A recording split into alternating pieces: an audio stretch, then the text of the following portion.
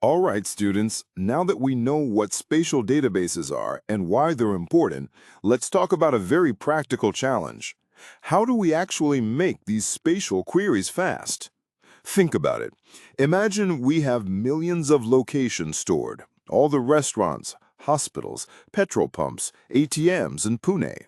If I ask you, find the nearest ATM to PCCOE, how would a database do it? If it just scanned every single record one by one, it would take forever. And trust me, none of you are going to wait 5 minutes for Google Maps to tell you where the nearest cafe is. So databases need smart ways to organize spatial data. These smart ways are called spatial indexing methods. Let's go through the three most important ones. Number 1. Quad tree. Okay, imagine you're looking at a map of Pune on your screen.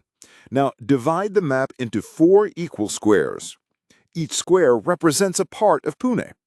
If one of those squares has too much data, like too many restaurants, we split that square into 4 smaller squares again. And we keep repeating this process as needed. That's basically a quad tree. It's like breaking down the map into smaller and smaller chunks.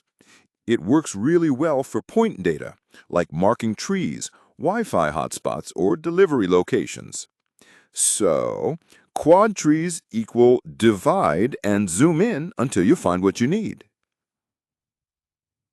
Number 2, R tree. Now this one is super popular in real-world applications. Think of R tree as a way of storing objects inside rectangles. Every object, say a building, road, or park, is enclosed inside the smallest rectangle that can fully cover it. Then, similar nearby rectangles are grouped into a bigger rectangle. So, at the top level, you have a few big rectangles, and inside them, smaller ones. Now, if you want to search something, the database doesn't check everything. It first checks which rectangle overlaps with your query and ignores all the rest. That's why R trees are widely used in GIS, or Geographic Information Systems. For example, if I search for all hospitals in Pune, the database ignores rectangles that cover Mumbai and Nashik and only looks at the rectangles covering Pune. Much faster, right? And number 3, KD tree, or K-dimensional tree. Finally, we have the KD tree, short for K-dimensional tree. Don't worry, it's simpler than it sounds. Imagine a binary tree, like what you studied in data structures. Now, instead of dividing by values, we divide space by coordinates.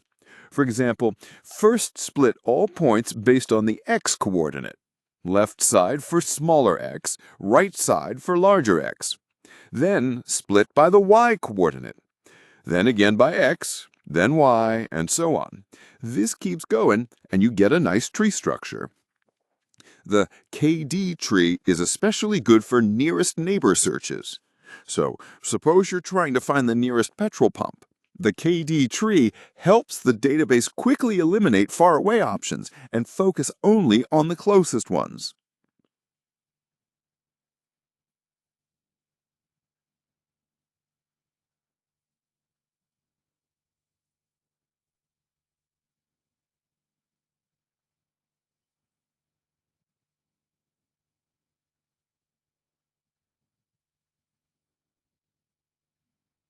Quick recap. So in short, quad tree equals divide map into 4 parts repeatedly. Great for points. R tree equals group objects inside rectangles. Great for regions, widely used. And KD tree equals use coordinates to split space. Great for nearest neighbor. These indexing methods make sure that spatial queries like "What's near me?" or "Show all locations within 2 kilometers" run fast, even when the database has millions of records.